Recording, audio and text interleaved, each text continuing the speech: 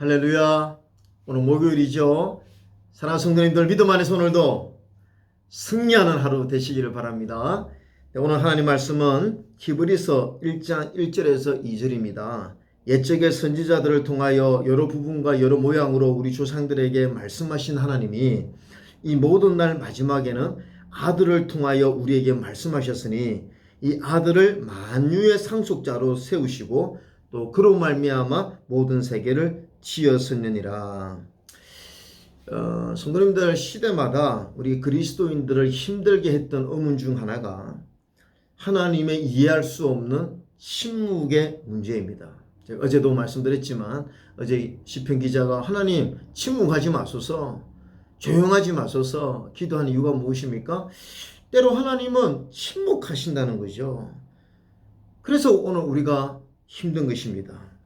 그러나 우리가 알아야 될 것이 있습니다. 하나님이 때로 침묵하실 때도 있지만 항상 침묵하시는 것은 아닙니다. 오늘날도 주님은 귀 있는 자들에게 말씀하십니다. 그래서 성령이 교회들에게 하시는 말씀을 들을지어다 귀 있는 자들아, 그렇게 말씀하셨죠. 문제는 뭐냐면 들을 귀가 없기 때문에 하나님의 말씀을 못 듣는 경우도 들어 있다는 것이죠. 여러분, 엘리야가 너무나 낙담해서 로뎀나무 아래에서 죽기를 구하였을 때 천사가 나타나서 숯불에 구운 떡과 또 물을 주면서 위로를 했죠.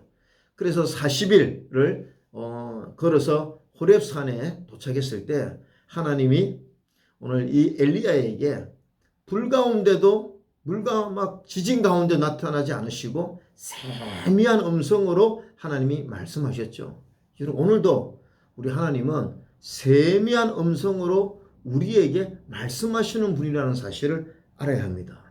오늘 본문에 뭐라고 하셨습니까? 옛적에 선지자들을 통하여 여러 부분과 여러 모양으로 우리 조상들에게 말씀하신 하나님이 오늘날 마지막에는 아들을 통하여 우리에게 말씀하셨으니, 오늘 여러분, 우리 주님은 오늘도 주님을 통해서 우리에게 말씀하고 있다는 것입니다.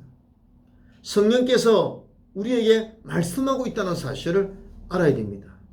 그래서 오늘 하나님은 말씀하고 있는데 우리가 들을 귀가 없어서 하나님 말씀을 놓치는 경우도 있다는 것이죠. 여러분, 하나님의 음성을 듣지 못하게 하는 방해가 무엇입니까? 여러 가지가 있습니다. 하나님은 예배를 통하여 우리에게 말씀하신다고 제가 말씀을 전했죠.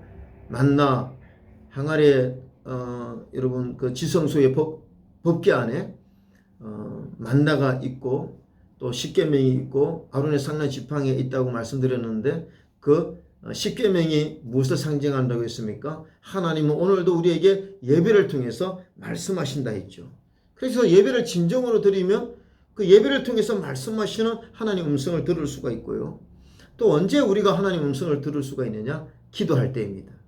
우리가 기도하면 하나님은 우리에게 세미한 음성으로 우리에게 응답하시고 말씀하신다는 것이죠.